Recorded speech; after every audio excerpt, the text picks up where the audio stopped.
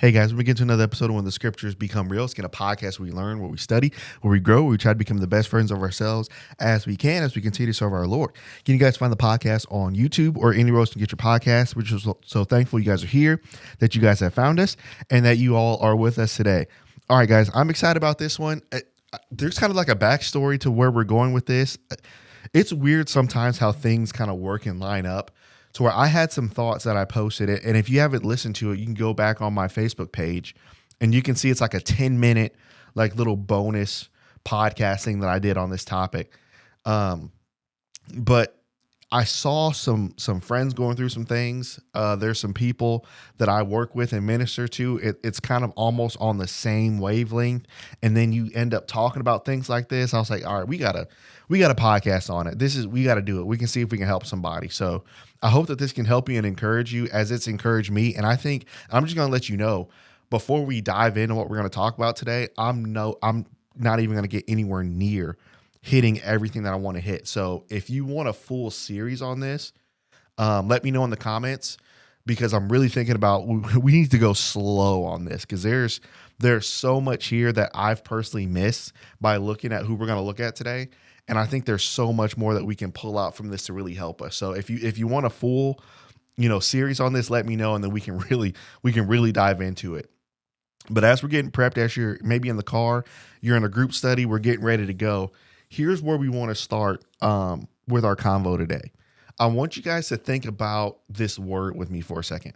And the word is impact. Okay, the word impact, right? That word kind of has a certain feel to it, doesn't it? It's almost like remember in Lion King, right? Say the name again, Mufasa. Ooh, say it again, Mufasa. There's a certain power to certain words, right? So when you think about impact, you think about the word, and it's almost like it's so, in order for me to have an impact, it's like an action word, and it has to be so big and it has to be so grandiose in order for me to say that I've had an impact. And so sometimes what we can do is that thought process, what that does is that kind of infiltrates our thinking. And then we start thinking within ourselves, have I really made a difference? Have I really made an impact? And so then what you begin to do is you begin to question what you're doing presently. What am I really doing right now? Have you ever really asked yourself that? What am I doing? Like, I feel like I'm not even like on a path to go somewhere. It's almost like I mentioned before in that little bonus podcasting we did. It's almost like your life is like a series of random events, whether good or bad, but it feels like there's no buildup, and it feels like there's no storyline. Like, where is this going? You know what I mean? And you start to question yourself, and you start to question, is what you're doing right now, are you making any type of difference at all? Are you making any type of impact right now?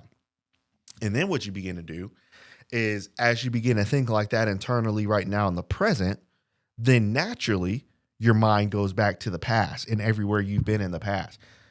If I'm not making an impact now, did I really make an impact there? Did I really make an impact with these people? What was I even doing? Like, was this even worth it? Like, was I even making an impact?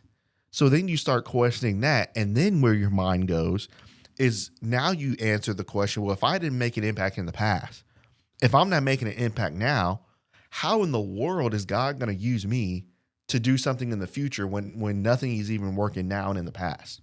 So then ultimately where your mind is you're lost. There's a sense of lostness. There's a sense of almost a lack of purpose in a sense. And when I mean lack of purpose, it's not like you're not doing nothing, right? It's not like you're not working really hard. It's not like you're not, going to school or doing all these things, or it's not like you're not doing things, but it feels like there's a lack of something, like you're missing something. And so now you start to question, man, like, am I really doing this? Am I really doing anything? And so now you begin to question yourself, and now you're lost. And so who we're going to look at today, which again, this is why I think we may have to do, based on the interest on this, we may have to do like a whole let's go super slow series on this. But there's a person that I just didn't give enough credit to of how lost they were and how much this person had to overcome. I really didn't give this person enough credit. And who this is Moses. This is Moses. And Moses, guys, the way that you feel, if how we've described this, if this is you, I'm telling you guys, if when we look at this text this way, Moses felt the exact same way. Moses was lost. He was lost. And I want to look at this. I really want to dive with you guys into the man himself, right? I want to dive into that with you. So I'm pumped. We got to get started. So let's jump right in. Let's jump into the text. Let's take our minds back to Egypt in Midian and let's dive back in together. All right. So where we got to start with this, where we have to start with this is we have to start with Acts chapter 7. Acts chapter 7, verse 22, we have to understand where Moses was. Now, Moses, obviously being a prince of Egypt. I just think that name's cool, right? Prince of Egypt. Moses, that's who he was. But Moses also being a Hebrew. But Acts chapter 7, verse 22 in Stephen's sermon, what it does, it gives us a little bit more context of the skills and the abilities that Moses learned while being a prince of Egypt. Stephen mentions Moses was learned in all the wisdom of the Egyptians, and he was mighty in word, and he was mighty in deed. There's a lot of things that Moses did, and he was learned in as a prince of Egypt. Now, I want you to imagine Moses. Moses obviously probably understood, based on just the aesthetic of things, right, of how I look compared to how everybody else looks. On the aesthetic of things, he probably understood, yeah, I'm a little different. But he also understood I do have authority and I have a role that I was given here as the prince of Egypt. And so this is who he is. So imagine growing up one way. Growing up one way, people telling you you're one thing, you understanding and you believing you're one thing. And then now, as Hebrews mentions, right, Hebrews chapter 11, he'd rather suffer with the people of God than enjoy the pleasures of sin for a season. So now he sees the Hebrews, and now he's like, these are my people. So who am I right now? Am I who I was trained to be? Am I who I was told I was? Or am I fully this? What am I supposed to do? And here's the thing about this, guys, before we dive into this, there's a lot of people that feel like this and that are lost. Because I've seen kids in positions like this to where when they're here, man, I don't know who I'm supposed to be. People say I'm not this enough. But then when I go here, I'm too much of this. So who am I? And then the world tells me, or a culture tells me, or people tell me I have to be this. So who am I supposed to be? So now forget the impact portion of this. Before Moses is even thinking about the impact that he can make, I don't even know who I am. And here's what's interesting. Moses was 40. Think about this. Moses was 40 when he was feeling like this. Now, as we dive into this, I want you to notice it's very interesting of something that we miss in the book of Exodus. So let's go here. Let's go to Exodus chapter 1. Exodus chapter 2. Let's go to Exodus chapter 2. And let's dive in. Let's start in verse number 11. So now, understanding, this is going to be the context. Moses understands he's the prince of Egypt, but now his idea of who am I and can I make an impact, the seeds are beginning to develop and beginning to swell here. So notice verse 11. Now it came to pass in those days that when Moses was grown, he went out to his brethren again. So now notice he knows that these are his brethren. So he knows I'm them, but I'm trained to be this. So who am I supposed to be? So he went out to his brethren and he looked at their burdens. And he saw an Egyptian, someone who's trained him, an Egyptian beating a Hebrew, one of his brethren. So he looked this way. He looked that way. I love how the Bible describes that. Moses is like, is anybody watching? He looked this way and that way. And when he saw no one, he killed the Egyptian and he hid him in the sand. Now let's stop right there. What's interesting about this is when the movies depict it, and sometimes when we teach this, it's like, okay, so after Moses kills the Egyptian, he had to run because he was on the run and he was wanted for murder. So the moment that he killed this Egyptian, he had to leave and he went to Midian, and then the story continues. That's not what the Bible said happened. So if you notice verse 12, he killed the Egyptian, he hid the Egyptian in the sand, but then watch how verse 13 starts. And he went out the second day. So did Moses leave Egypt the moment that he killed the Egyptian? The Bible says no. Now, I understand how it's depicted, but that's not what happened. So he went out the second day, and behold, two Hebrews were fighting. So now notice what Moses is saying. Moses was growing, and Moses understands, man, these are my people. I just helped my people, even though I've been trained to be this Egyptian person. What I did, I stood up for one of my people. That means if I do that, they should probably accept me now. They should probably think I'm one of them now. But watch what happens. Two Hebrew men were fighting, and he said to the one who did the wrong, so the one who started the fight, why are you hitting your companion? And then that one, guess what he said to Moses? Who made you a prince and a judge over us? So now think about how lost Moses. Wait, I just helped save some of y'all's life yesterday. And now I'm in the middle of a fight between you two. And then now you two are mad at me. So now think about Moses' confusion. What am I supposed to do? I know I'm not an Egyptian, but I was trained to be that. But then I look at the burdens and the sufferings of my people, and it brings a level of compassion on my heart. And then when I go and actually show compassion, then they get mad at me. So who am I supposed to be right now? We have some people like that lost. They have no idea who the world tells them they're supposed to be something. The stereotype tells them they're supposed to be something. Their culture tells them they're supposed to be something. They don't know who they're supposed to be. And now they're completely lost. I don't even know. So now Moses is, I don't know who I am. I don't know who I am. And it's very interesting that when Moses leaves and then after he flees, so again, verse 14, do you intend to kill me like you killed the Egyptian? Now Moses said, hey, look, it's time to go. I got to go. So Moses feared, and he said, surely this thing is known. So now the process of leaving happens. We skip verse 13. 13 is huge as we study this. But think about Moses. Now we understand his lostness. Now think about from Moses' perspective. So if we stopped as we journey in this text from Exodus 2, if we stop and if we ask Moses right now, who has some level of power, some level of affluence, being trained by the Egyptians, hey, do you think you can make an impact? What do you think he would have said? I don't know.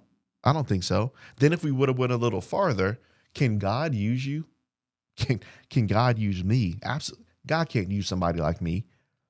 I don't have it all figured out.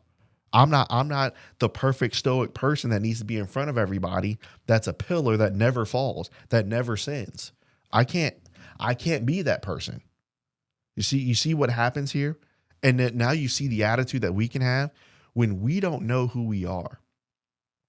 And here's another, let me mention this. Sometimes in our culture, we have this thought process with God that because of our American culture, we say phrases like, I'm out here living my best life. Get it while you're young. Literally YOLO, right? We say all these phrases, and the framework of our society is the younger you are, when you have the energy, when you have all the stuff, get what you want, do what you want when you want it, and max out and grind and just do it to a whole different level because you need to do it right now. And do it and do it and do it and do it and do it. And then sometimes when we ask God to help us, when we ask God to use us, when we ask God to bless us, to help us with certain things with our prayers and petitions, when God doesn't work the same way that our society works, then we think we're defective. So wait a second, you're 20 years old, you're early 20s, you're late 20s, you're early 30s, you're mid 30s, you're early 40s, and you don't have things figured out. there's something wrong with you. Why? Because that's what our society says. So then when God is taking his time with you, what do people say around us? Whether in public or whether under the veil of darkness between themselves, there's gotta be something wrong with him. There's got to be something wrong with her. I mean, he's just not like the rest of us. I think maybe just he's got this going on. People say stuff like that. So then because God doesn't work on the same timeline for you as he worked on other people, then guess what the conclusion is?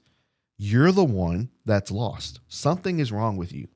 Here's what Moses teaches us. When we're lost, God works outside of the realm of time, guys.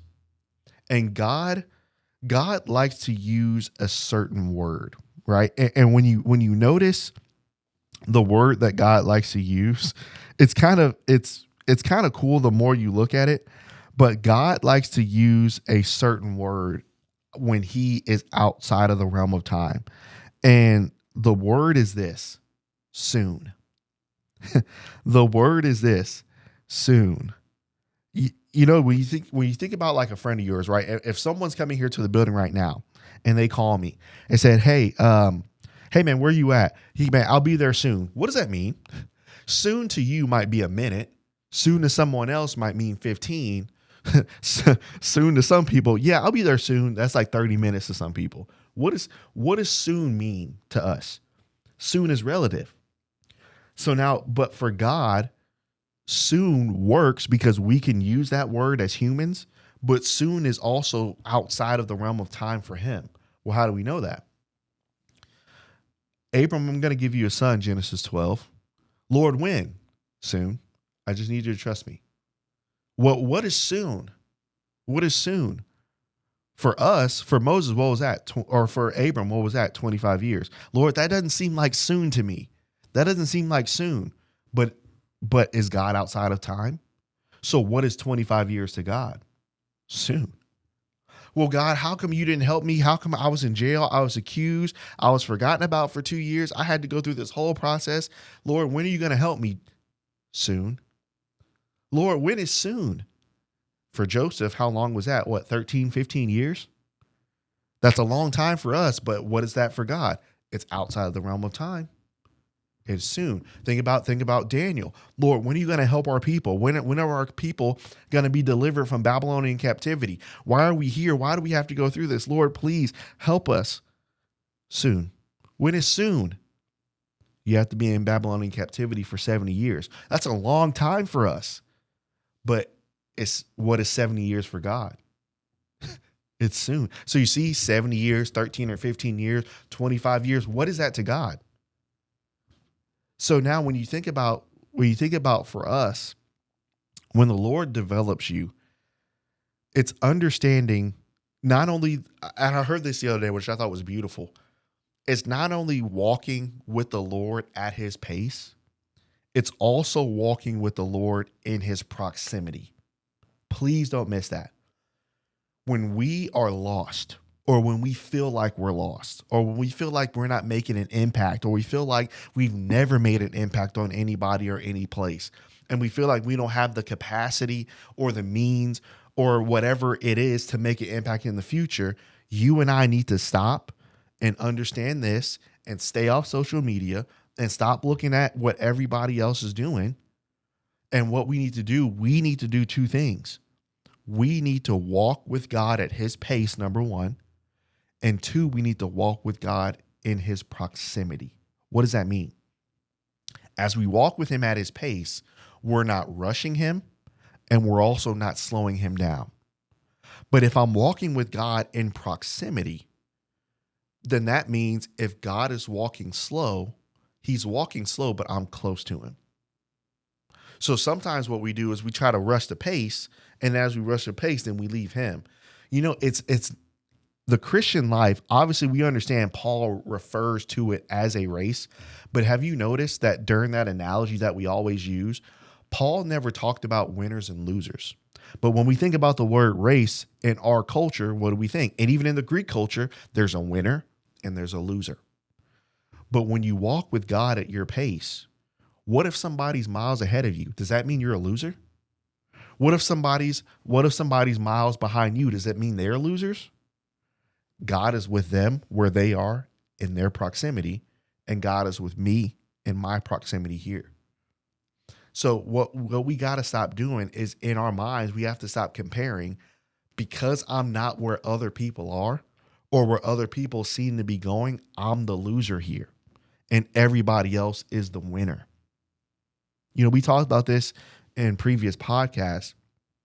I saw there was a scene of a man on the bus, and he's taking the bus, and so he's so frustrated that he just had to let out his frustration. And he's sitting there talking to a man next to him, and he said, "Or some people on this earth, were they just here just to lose, just to make way and to balance it out for the winners? Because not all of us can be winners. So are there some people that just have to lose? Some people seemingly have all these blessings and things and people and all these things from God. And why does it seem like some are forgotten, but they do the same thing everybody else did to get what they got from God?" So in my mind, it seemed like there has to be, in order for there to be balance in the world, he said, there has to be winners, and some of us just are destined to be losers. And then sometimes what we do in our Christian life, and as we walk with God, we come into walking with God with a winner-loser mindset. If that's the case, you're already done. Even if you're on the quote-unquote winning side, you need to stop. Because what that's going to take your mind down a road it doesn't need to be on. It's going to take you down a road where you're lost even more. So think about from Moses' perspective. I'm the prince of Egypt, but I know I'm not an Egyptian. I'm grown and I have compassion on my people, and when I help them, they don't even want me. So where am I supposed to go? Who even cares about me? Who I don't even know who I am anymore. So now guess what Moses does? He's out.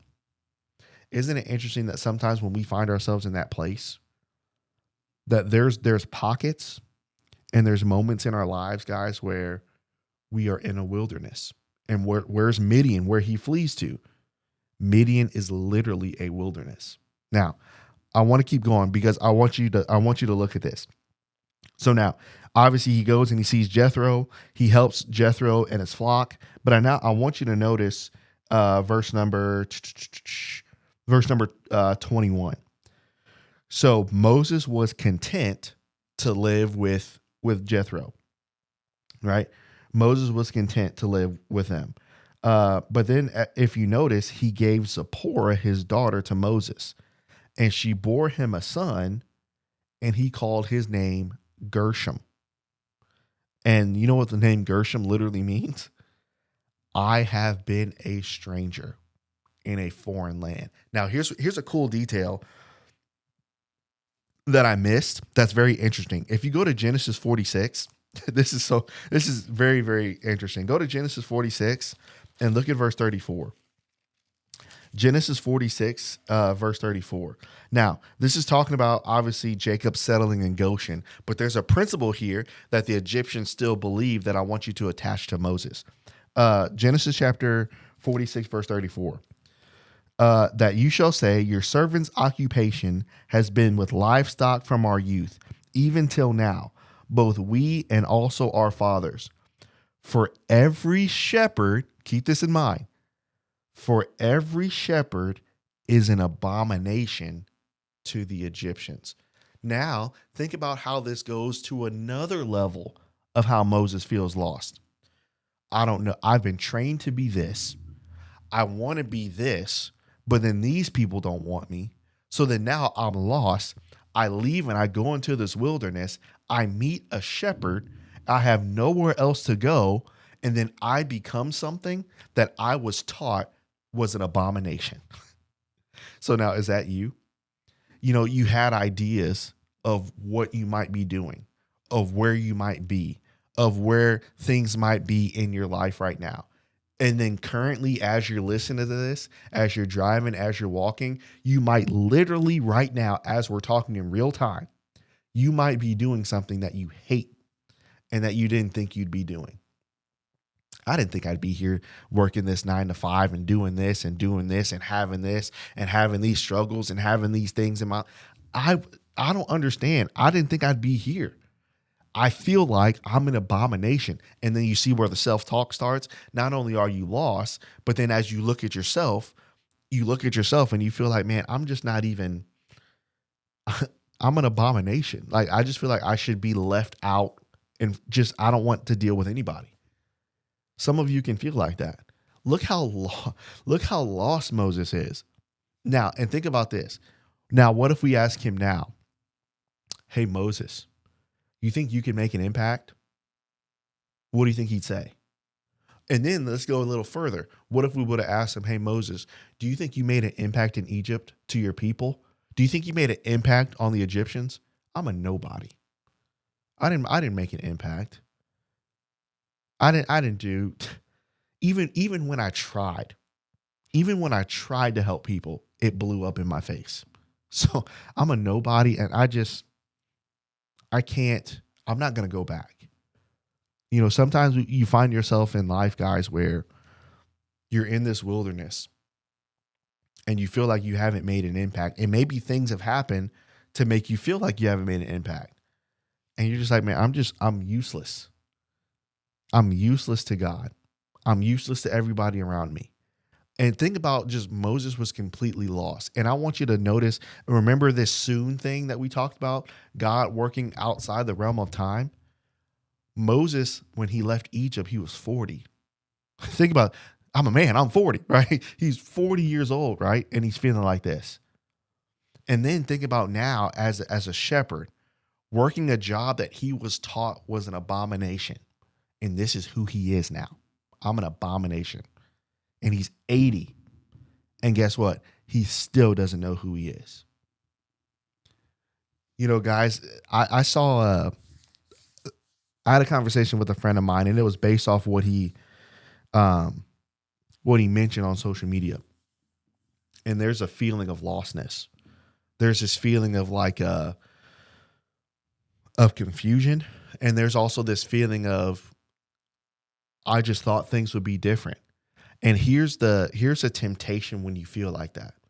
The temptation when you feel like that is to play house. What do I mean by playing house?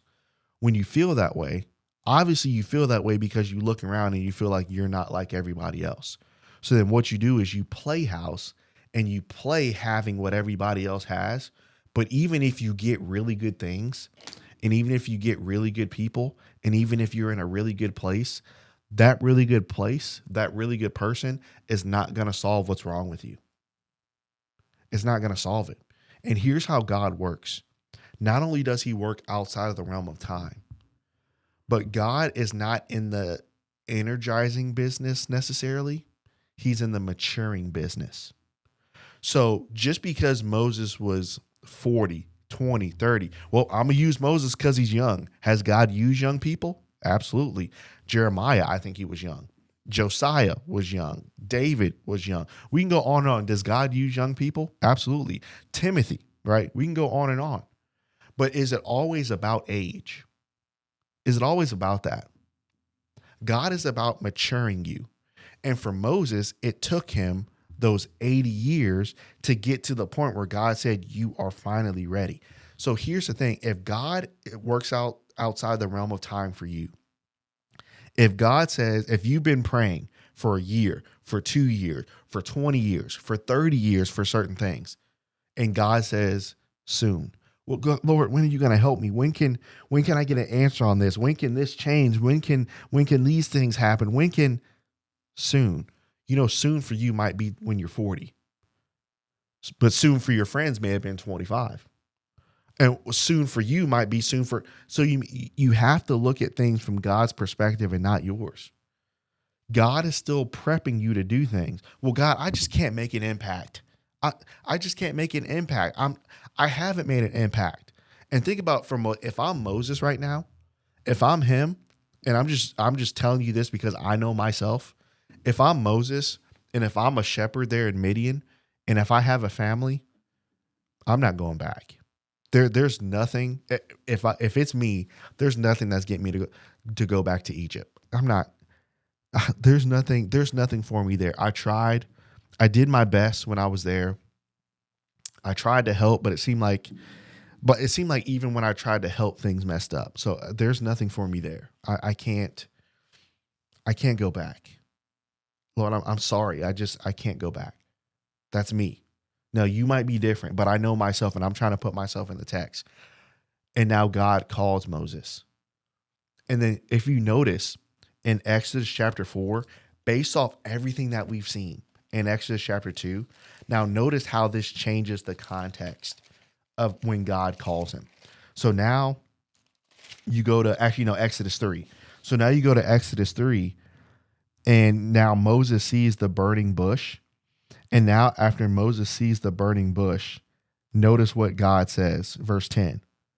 Come now, therefore, and I will send you to Pharaoh. Wait, so think about that. Think about that trigger word from Moses. Pharaoh. Wait, Lord, I thought I've thought about anything Egyptian for 40 years. I can't go back. I can't. You think about when you hear certain words or you hear certain phrases, and it's just who you get kind of, you start shaking, you start twisting. I just don't know if I can go. I just don't think I'm not the person, right? So then now notice what he says. I will send you to Pharaoh now notice how specific God gets, that you might bring out my people, the children of Israel, where, God? Out of Egypt. Again, if this is me, God, I can't go back. I can't. I just can't go back there. Notice verse 11. Notice the first thing God says. Now, remember, what have we been talking about? We've been talking about impact, and we've been talking about how Moses is lost. So now, since Moses is completely lost, then notice the first thing he says. But Moses said to God, who am I? I don't even know how am I going to be this great deliverer for your people when I don't even know who I am? Guess what this proves? This proves here that God is not in the business of calling perfect people. And now here's the thing, and here's what I personally don't like. Verbally, we say that, but I don't know if we really mean that in real life. Verbally, we will say that. Verbally, we will preach that. Verbally, we will write that.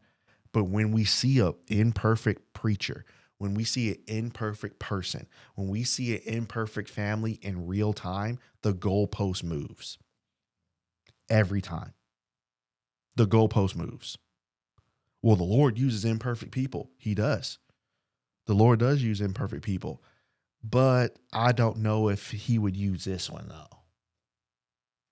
There's things that sometimes you see a sheet on social media that says, if Paul was still writing today, we'd get a letter. I don't even think we'd open the letter because of who it's from. He was a murderer, right? He was this, right? He's single, right? He's this, right? I don't even think some of us would open the letter. When you think about how God works, it takes so much trust to trust God for yourself, and it takes trust to trust God for others. But what we tend to do, we don't really tend to trust God. We want to be able to control it. Whatever situation's going on, I want to be able to control whatever this is. So now if I can't control this, then therefore it must be a bad thing because I can't control it. You think about Moses. Would Moses feel useful today? Would Paul feel useful today? Would David feel useful today? Do you feel useful today? Do you know that the Lord is ready to use you now? Did you know that? And maybe you haven't heard that, but the Lord is willing to use you now. The Lord is willing to use you now. And I think sometimes we're cutting off a certain part of the body of Christ because in our minds, you're not ready. What does that even mean? Now, for those who love to swing the pendulum, am I not saying that there shouldn't be understanding, that there shouldn't be a level of knowledge. That there shouldn't be certain things. Yes, okay, we're not dumb here, right? We're not saying that. So let's throw that out because we're not even going to address that. But what I'm saying is we want people to be so perfect to be used by God. Let God use people. Let God use people. And there's people that I know now that the Lord is using them in incredible ways. But did they go to school like I did?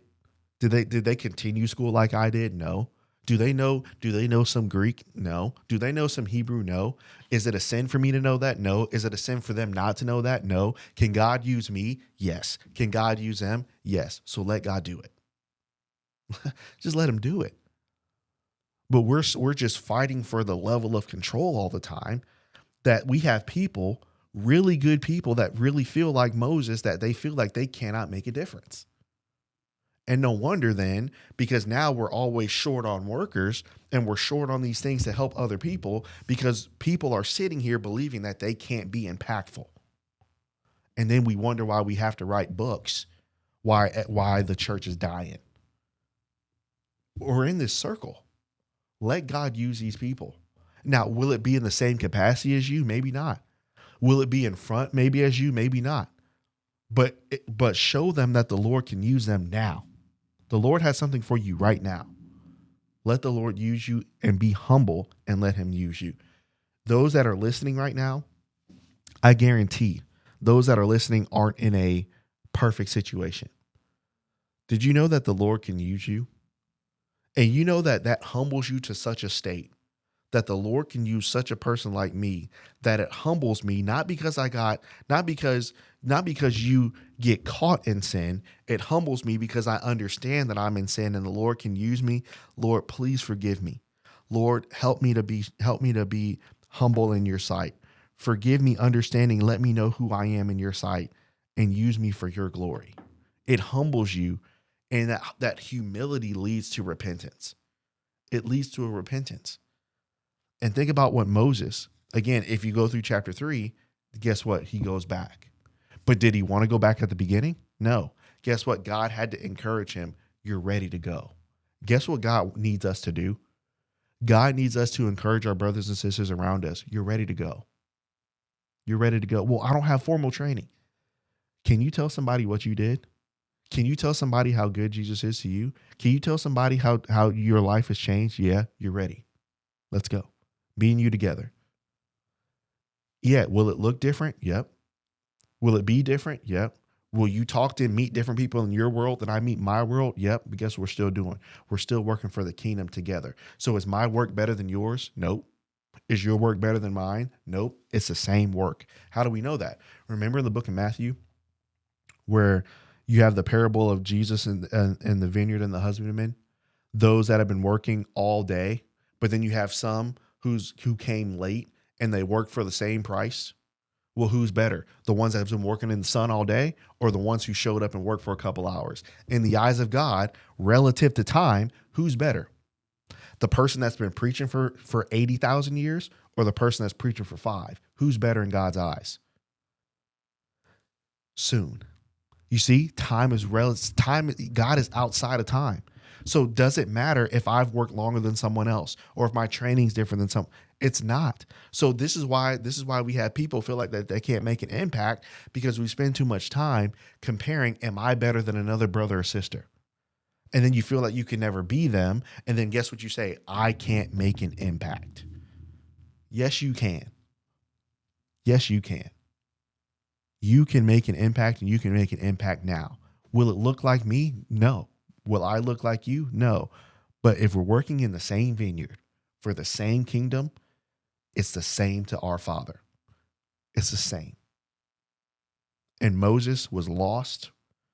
And now it's very interesting that a man that was lost, God helps to find himself. And before he helps to shepherd people out of Egypt, God shepherds him. You know what God might be doing for you right now? And again, I've had to think about this too, being, what am I now? 31? Yeah, I'm 31 now. God is still shepherding you, and God is still showing you who you are. So just because you might not be in certain places, you may not have certain things, you might not be, aesthetically certain things. Just because you're that doesn't mean you're lost. And it doesn't mean you're less than. And it doesn't mean you're not where God wants you to be.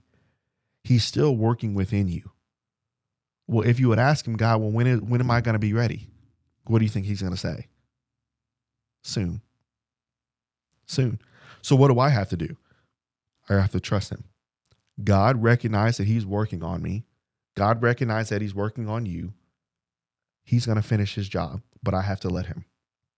I have to let him. Can I really make a difference? Here's how I want to close this. Remember in the beginning, I talked about how making a difference sometimes is this big, grandiose word, right? And we feel like in order for you and I to make an impact, it has to be quick and it has to be really big. Here's the thing about impact that I'm still learning. I haven't learned. I'm still learning it.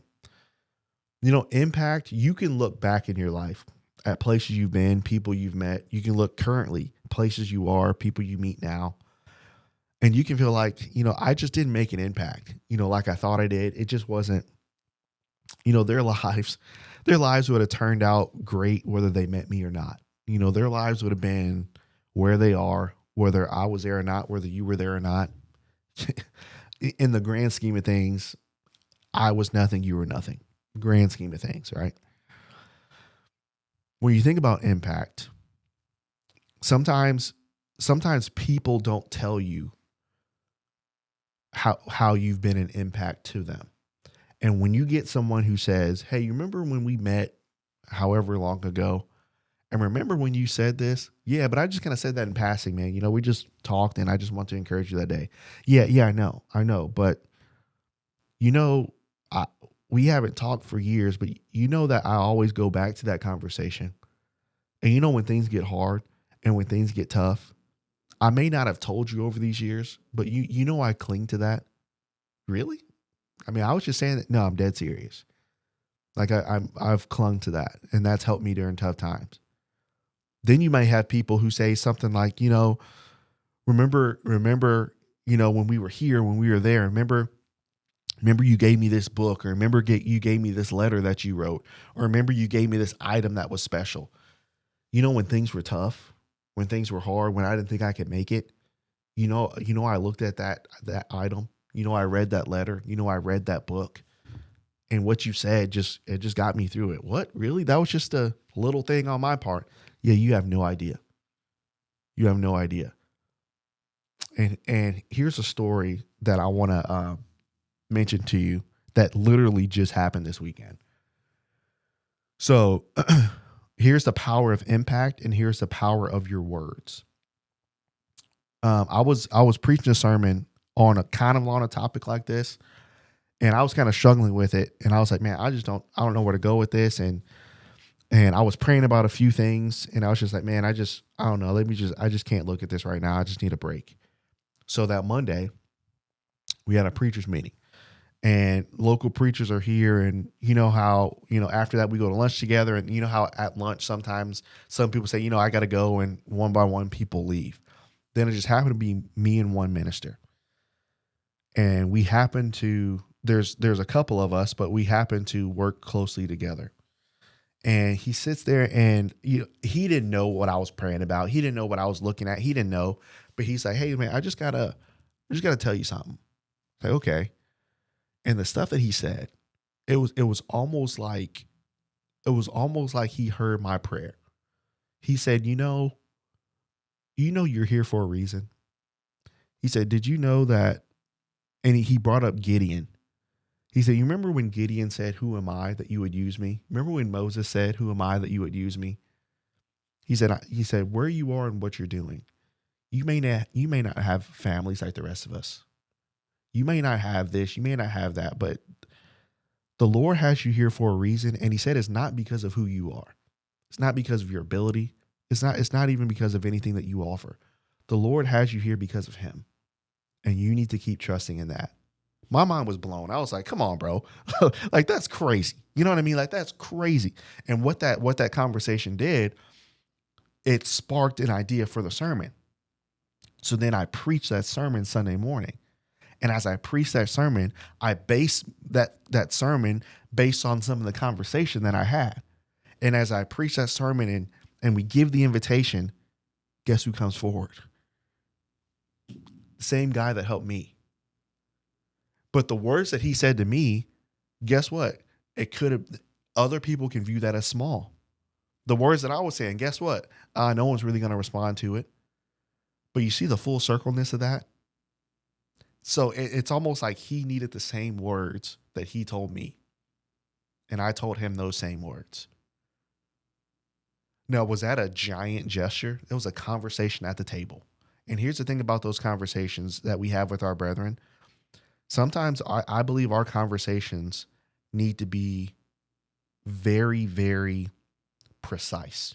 Meaning the sole reason why I'm calling you is not, hey, how's it going? You doing well? Hey, I need you to do something. Like, I'm not calling you to say how you're doing and then ask a favor.